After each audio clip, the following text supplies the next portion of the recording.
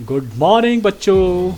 मैं हूं आपका इतिहास का प्रवक्ता पवन और मेरे संग पढ़ रहे हैं आप अपने इतिहास की पुस्तक। और याद रखिए, जब भी आप इतिहास पढ़ें तो इस तरह से पढ़ें कि केवल मात्र 28 नंबर नहीं लेने हैं आपको।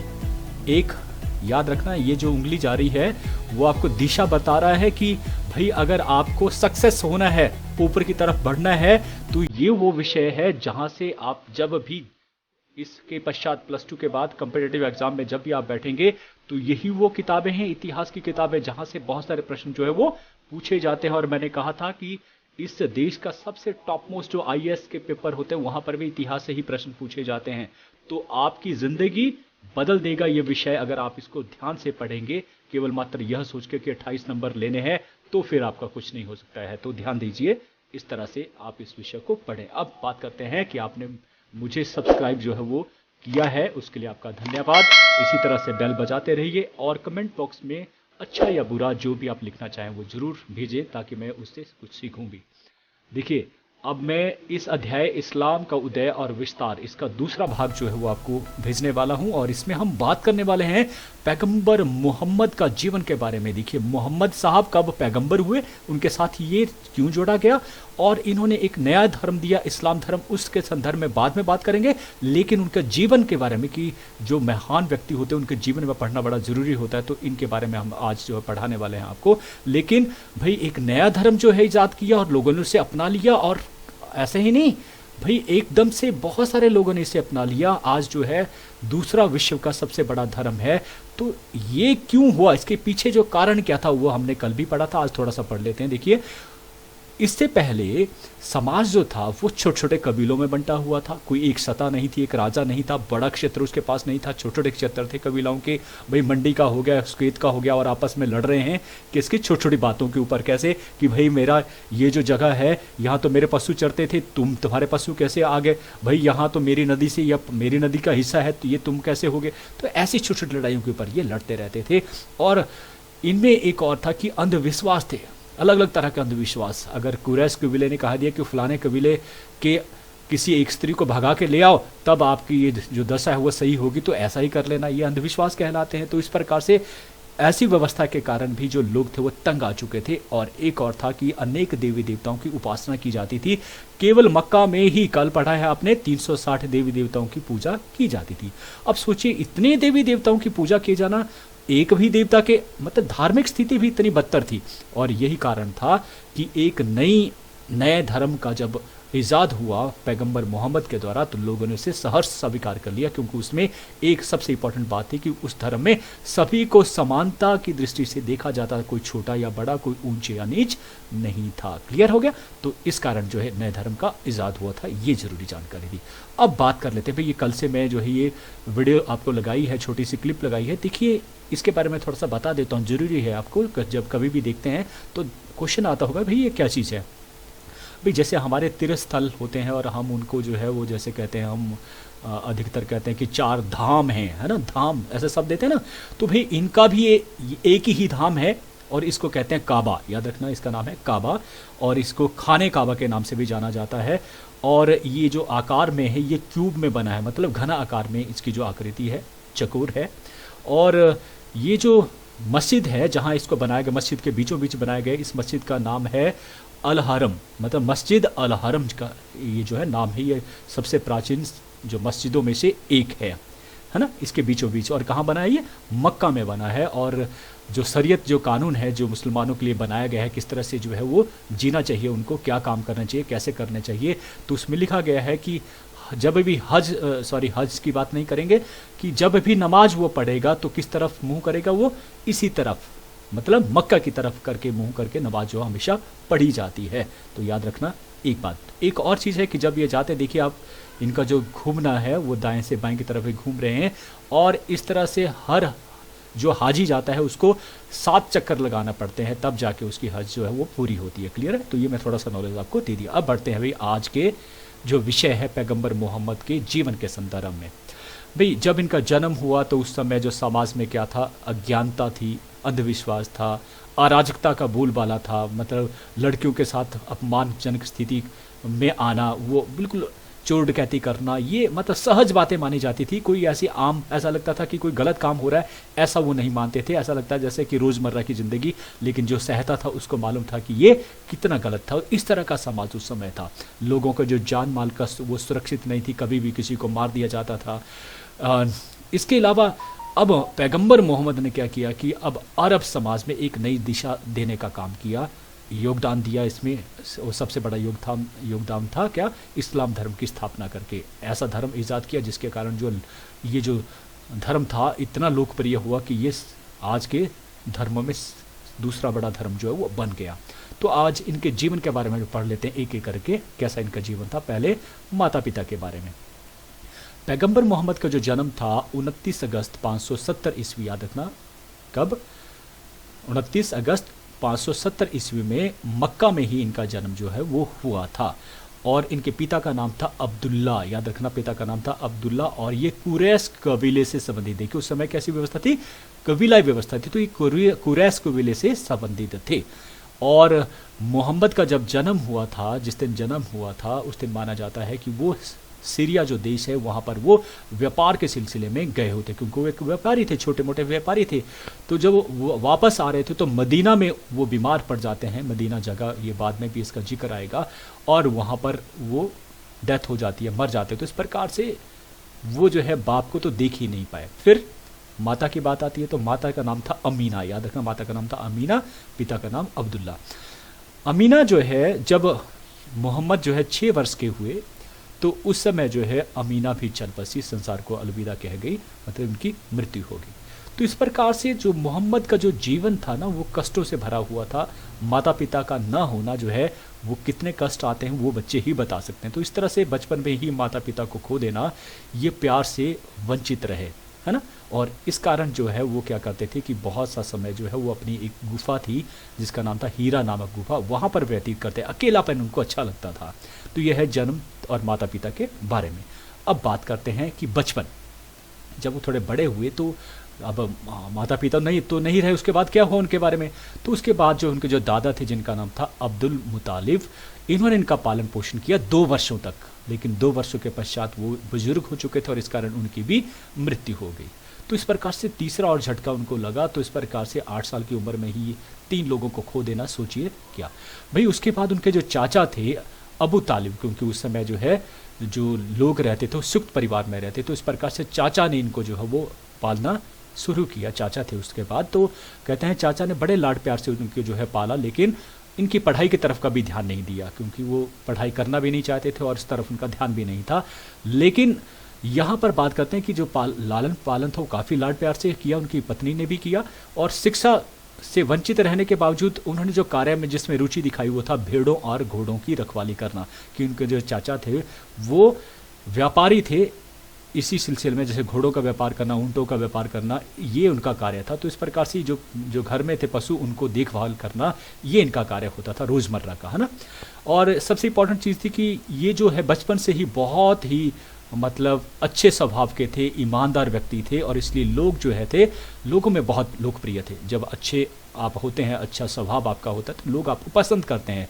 तो इसलिए प्यार से जो है जो आपका नाम था वो नहीं बोलते थे, बल्कि क्या कहते थे, अल अमीन बुलाया जाता था इनको, याद रखना अल अमीन। और अल अमीन का मतलब होता है विश्वसनीय। तो याद रखना जिसका नाम ही इस तरह से रखा हो कि ऐसा व्यक्ति जो विश्वसनीय हो, ऐसा नाम प्यार से वो बुलाते थे। तो सोचिए उनका जीवन कितना अच्छा रहा होगा। एक जिसे हम कहते हैं मनुष्य ना, सही मायने में आदमी होना, वो उनमें थी।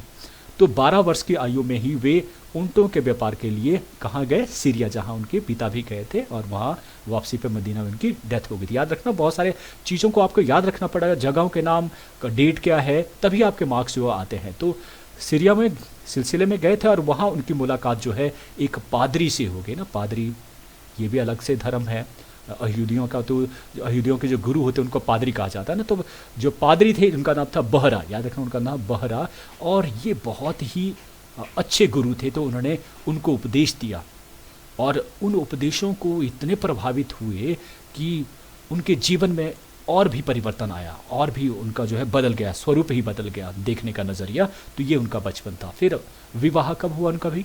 उनका जो विवाह था, पहला जो विवाह हुआ था वो 595 ईस्वी में खदीजा नामक एक अमीर जो लेडी थी भाई। अब उसके पति जो मर चुके थे और उनकी उम्र जो है 40 वर्ष थी उस समय, याद रखना।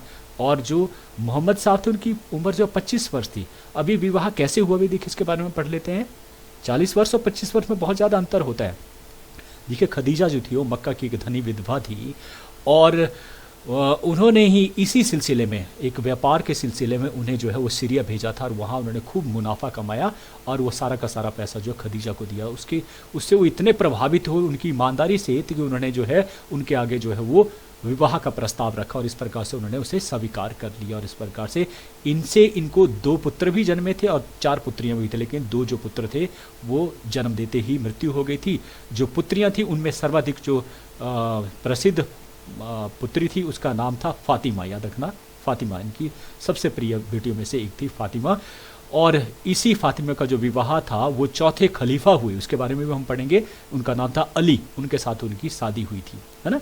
अब खदीजा की मृत्यु, उनको ज़्यादा उम्र की थी, उनकी मृत्यु हो गई और मृत्यु के पश्चात मोहम्मद साहब ने और भी शादियाँ करी, अन्य शादी करी, जिनमें आयशा जो है वो प्रसिद्ध थी, जिन्हें वो पसंद करते थे, आयशा। तो ये भी आपको याद रखना पड़ेगा। तो इस प्रकार से वह इस्लाम के प्रथम खलीफा जो आयशा थी, वो किसकी बेटी थी?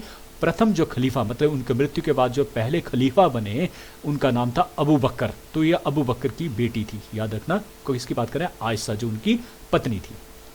हो गया, तो आगे बढ़ते हैं। ये हो गया विवाह। फिर चौथा जो पार्ट है वो है इल्हाम की प्राप्ति। इल्हाम क्या होता है? इल्हाम होता है ज्ञान की प्राप्ति। उनको ज्ञान कैसे प्राप्त हुआ? कब वो मोहम्मद से पैगंबर मोहम्मद हुए। देखिए पैगंबर मोहम्मद का मतलब कि अब उनको ज्ञान प्राप्त हो गया। तो पढ़ लेते हैं।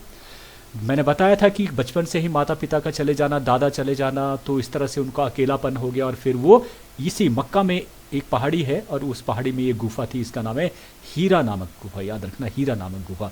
तो यहीं पर वो 610 ईस्वी में जो की बात है ना, एक दिन जो है जो मोहम्मद से वो रोज़मर्रा की तरह जो वहाँ पर बैठे हुए थे, चिंतन में मगन थे और अर्धरात्रि के समय उन्हें एक आवाज़ सुनाई दी और पहले जो शब्द थे वो कहा गया कि अल्लाह के नाम पर पढ़ो, क्योंकि वो पढ़े लिखे नहीं थे। तो उनको कहा सबसे पहले क्या आया कि अल्लाह के नाम पर पढ़ो, क्योंकि अल्लाह चाहते हैं कि तुम पढ़ो।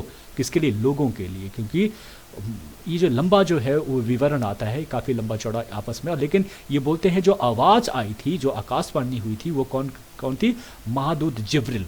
ये महादूत जिब्रिल थे जो अल्लाह की तरफ से उन्हें जो है संदेश देने आए थे। तो इस प्रकार से उस रात को उन्हें जो है ज्ञान प्राप्त हुआ खुदा की तरफ से और इस प्रकार से उस रात को शक्ति की रात भी कहा जाता था। उस दिन उस रात को उनको शक्ति प्राप्त हुई, ठीक है, ज्ञान प्राप्त हुआ, तो शक्ति की रात भी कहा जाता है। तो ये कितने आयु के थे उस समय? 40 वर्ष, याद रखना 40 वर्ष के उस समय ये थे। तो उस दिन से ही अब उनको कहा गया पैगंबर मुहम्मद, याद रखना पैगंबर मुहम्मद। तो आपका आंसर मिल गया। कब वो पैगंबर मोहम्मद कहलाए? 40 वर्ष की आयु में। कब? 610 ईस्वी में, है ना। हो गया। अब चलते हैं पांचवा, मक्का में प्रचार। अब प्रचार की बारी थी कि उन्होंने ज्ञान तो प्राप्त हो गया। अब कब उन्होंने कहा पहली बार दिया?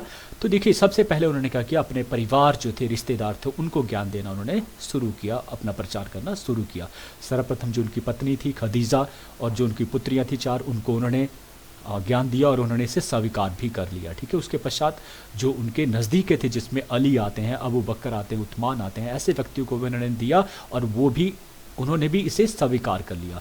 तो लेकिन पहला जो सार्वजनिक जो है सभी लोगों को इकट्ठे मिलकर जो दिया गया था वो दिया गया 612 ईस्वी में। 610 में उनको जो है वो ज्ञान प्राप्त हो गया। 2 वर्ष के पश्चात उन्होंने जो है ये ज्ञान जो है सर्वप्रथम जो उपदेश मक्का में दिए, याद रखना सर्वप्रथम मक्का में दिया। और उन्होंने मूर्ति पूजा का कट्टर विरोध किया। और याद कीजिए वही स्थान था जहाँ पर 360 देवी देवताओं की मूर्तियों की उपासना की जाती है। आप सोचिए जरा, उस समय लोग जो है काट देते थे धार्मिक बातें कहने के लिए। अब सोचिए गैलीली को जब उसने कहा कि भाई धरती गोल है, तो सोचिए, और वो सूरज का चक्कर लगाती है, सूरज और पृथ्वी का चक्कर नहीं लगाती है, जबकि जो है बाइबल में लिखा गया है पृथ्वी खड़ी है और सूरज चक्कर लगाता है। तो भाई उसने हिम्मत तो जुटाई, लेकिन उसे स्वीकार करना पड़ा, क्योंकि लोग उस समय उनका सर काटने पर उतारू हो गए थे।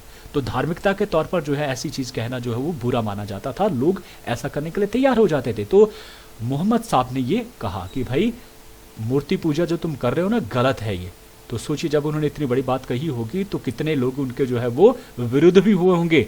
तो भाई बहुत सारे अच्छे लोग भी होते हैं, जो अच्छे लोग थे वो उनके अनुयायी, क्योंकि उनको मालूम था वो तंग आ चुके थे, तो इस प्रकार से बहुत सारे उनके अनुयायी भी हो गए। ठीक है, तो इस प्रकार से जो अनुयायी हो गए उनको मुसलमान कहा गया, नया नाम दिया गया मुसलमान, अनुयायियों को कहा गया मुसलमान। और अल्लाह के समक्ष उन्होंने कहा कि तुम अल्लाह के समक्ष जो है सब कुछ आत्मसमर्पण कर दो, बस तुम छोड़ दो उसके भरोसे, सब कुछ ठीक हो जाएगा। तुम्हें सबसे पहले क्या करना पड़ेगा, आत्मसमर्पण, जो आज आदमी अच्छे से नहीं करता है। वो कहता है मैं ही हूं, मुझे ही करना है, मैं हूं, तो इसलिए जो मैं थी वो सबसे पहले समर्पित करवाई उन्होंने। कब, किसको बात कर रहे हैं, सभी मुसलमान जो उनके अनुयायी बन गए। इसलिए इनके धर्म का जो नाम भी इस्लाम पड़ा, आत्मसमर्पण से उनका नाम पड़ा इस्लाम। उन्होंने एक ऐसे समाज की रचना की जिसमें सभी को समानता का अधिकार प्राप्त था, और ऐसे उन्होंने क्या कहा, उस समाज को उन्होंने नया नाम दिया उम्मा। याद रखना, उम्मा भी पूछा जाता है, ऐसा समाज इस्लाम के तहत ऐसे समाज की व्यवस्था स्थापित करना जहां सभी को समानता का अधिकार प्राप्त हो, उसे उम्मा कहा जाता था। याद रखना, ऐसे समाज को क्या कहा जाता था, उम्मा। और उसके संस्थापक कौन थे, हजरत मोहम्मद साहब। याद रखना, क्लियर हो गया ना, ये भी प्रश्न आपसे पूछा जाता है। अब बात करते हैं, मक्का में प्रचार हो गया, अब बात करते हैं मदीने को हिजरत। हिजरत होता है जाना, कूच करना, लग गया ना पता, कूच करने को बोलता है। लेकिन भाई अब मदीना जाने की जरूरत क्या पड़ी मोहम्मद साहब को, देखिए भाई उनकी लोकप्रियता बढ़ रही थी, लोग उनके जो दिया मार्गदर्शन हो रहा था या जो नया धर्म दिया था उसको अपना रहे थे लोग। तो एक तो सबसे बड़ी बात की उनकी लोकप्रियता से लोग जो है वो ईर्ष्या कर रहे थे। भाई ईर्ष्या कौन लोग करेंगे, ईर्ष्या वही लोग करेंगे जिनको पिछले वाले व्यवस्था से लाभ हो रहा था, है ना। जब भी कोई व्यवस्था होती है ना, उससे किसी को लाभ होता है, अगर उसके विरुद्ध कोई आवाज उठाते हैं तो वही लोग जो है सबसे पहले जो है खड़े होते हैं। तो ये लोग कौन थे, देखिए एक तो मैंने बता दिया 360 देवी देवता जो है वो मक्का में थी, और मक्का जो उस समय एक प्रसिद्ध जो है वो स्थान था, पवित्र स्थान मानते थे लोग, और लोग यहाँ पर हजारों लाखों की तादाद में लोग आते थे यहाँ के काबा को देखने के लिए, और वहाँ पर बहुत चढ़ावा चढ़ता था, पैसे चढ़ते थे, और उससे किसका फायदा होता था भाई, वहाँ के जो पुजारी होते थे या फिर जो कुरैश कबीले के जो लोग, क्योंकि उनका कुरैश कबीले का उसके ऊपर जो है वो उसके ऊपर अधिकार था। तो इस प्रकार इन लोगों को वो पैसा जाता था, तो भैया वो पैसा तो चला जाएगा ना। तो इसलिए उनको क्या करना पड़ा कि जो बड़े कुछ लोग होते हैं ना रूढ़िवादी, जो उनको बड़ी अच्छी कुछ सोचते नहीं है, कोई प्रश्न नहीं पूछते, किसी ने कह दिया भाई तुम अपना नाक कटवा लो, तुम्हें खुदा के जो है वो दर्शन हो जाएगा, कर लेगा भाई, क्योंकि उनको कहा है, किसने कहा भाई। लेकिन ये प्रश्न नहीं होता है कि भाई मैं पहले सोच तो लूँ सही बोल रहे हैं गलत बोल रहे हैं। तो जो रूढ़िवादी लोग होते हैं उनको उन्होंने जो है वो उकसाना शुरू किया, किसके विरुद्ध, मोहम्मद साहब के विरुद्ध।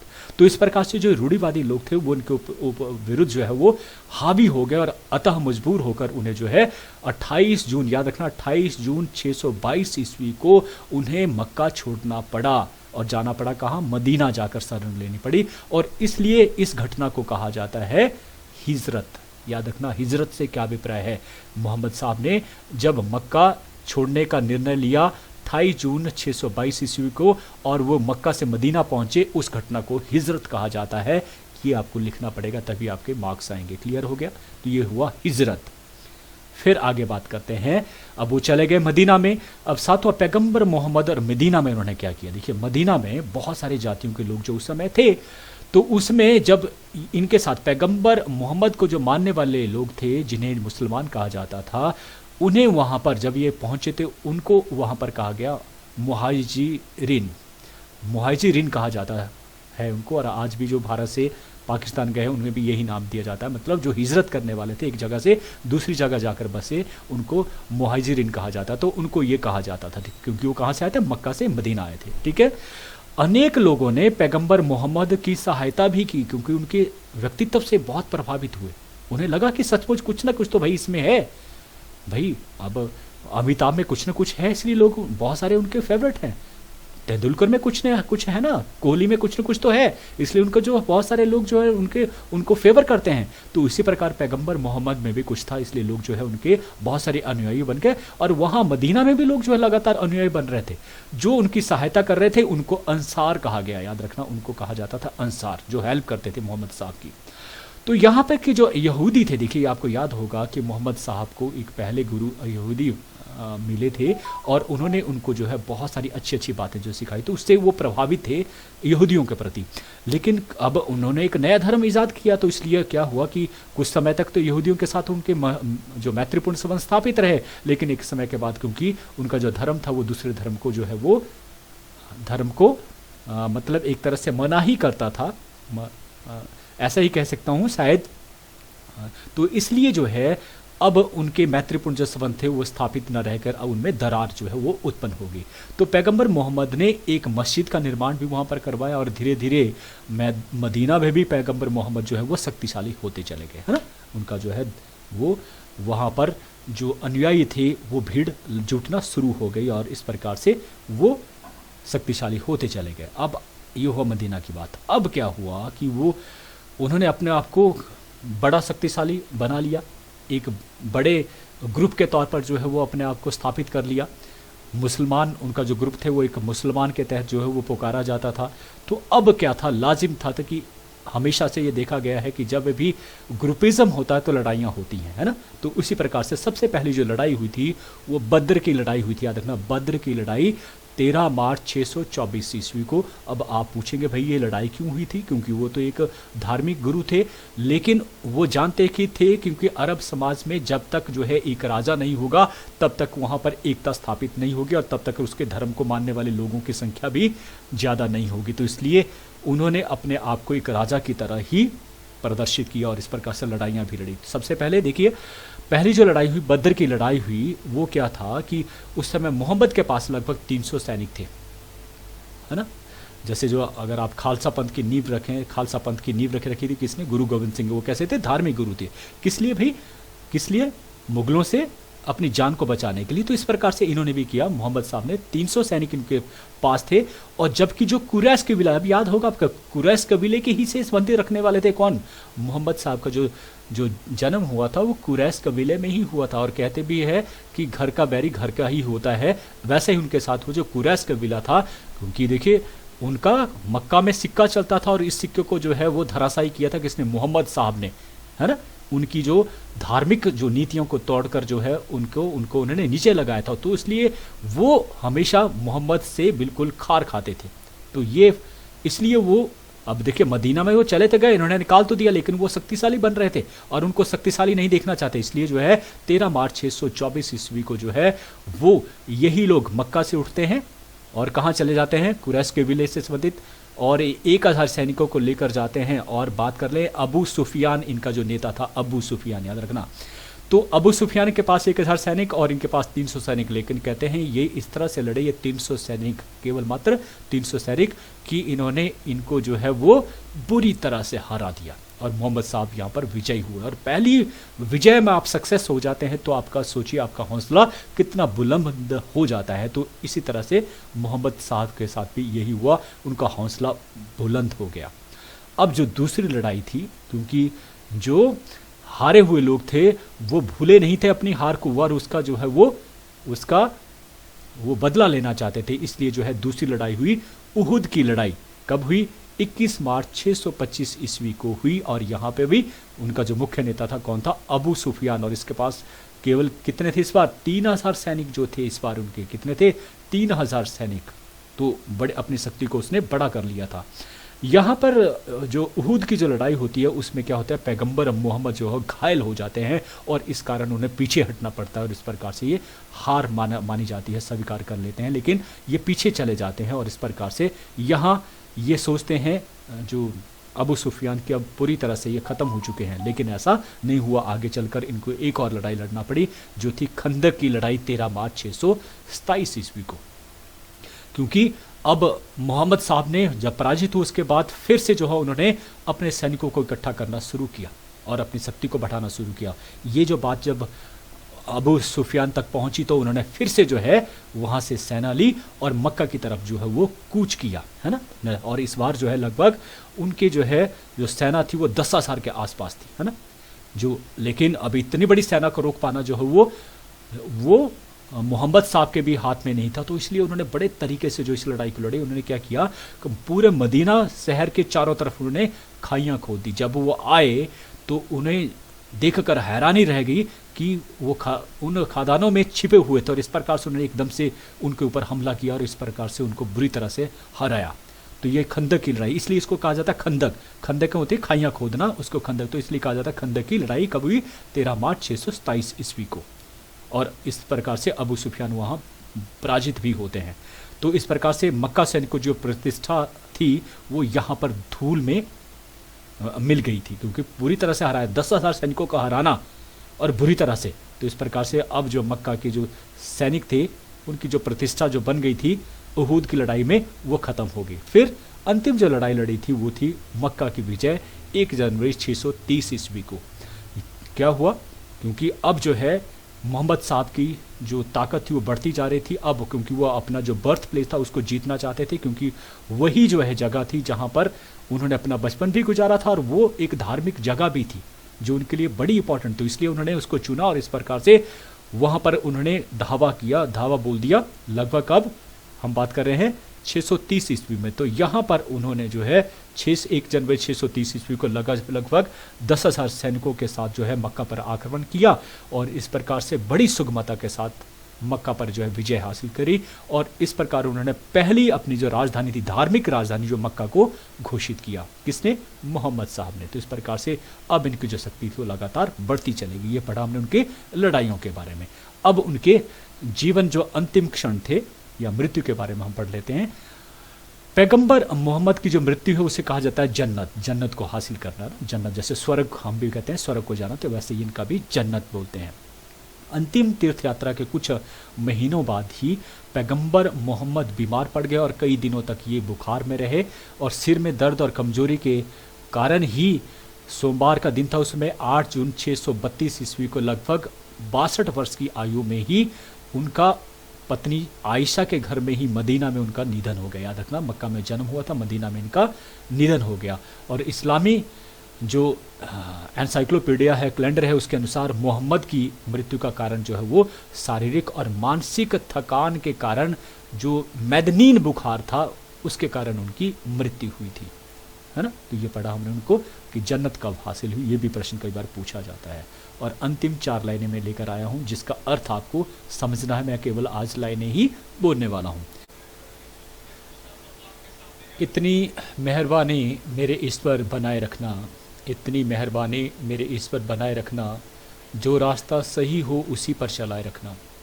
ना दिल दुखे किसी का मेरे शब्दों से, ना दिल दुखे किसी का मेरे शब्दों से, इतनी रहमत तुम मुझ पर बनाए रखना, इतनी रहमत तुम मुझ पर बनाए रखना। और तुम भी मेरे पर विश्वास बनाए रखना। मैं चाहता हूँ कि ये जो विश्वास है कभी ना टूटे और आप अच्छे से बुरा, बुरे से अच्छे में फ़र्क करना सीख जाएं। मेरा यही मकसद है। आप पढ़ते भी रहें और कुछ सीखते भी रहें इन्हीं शब्दों के साथ कि आपने मुझे आज भी बड़े ध्यान से सुना। उसके लिए आपका बहुत बहुत धन्यवाद। Thank you.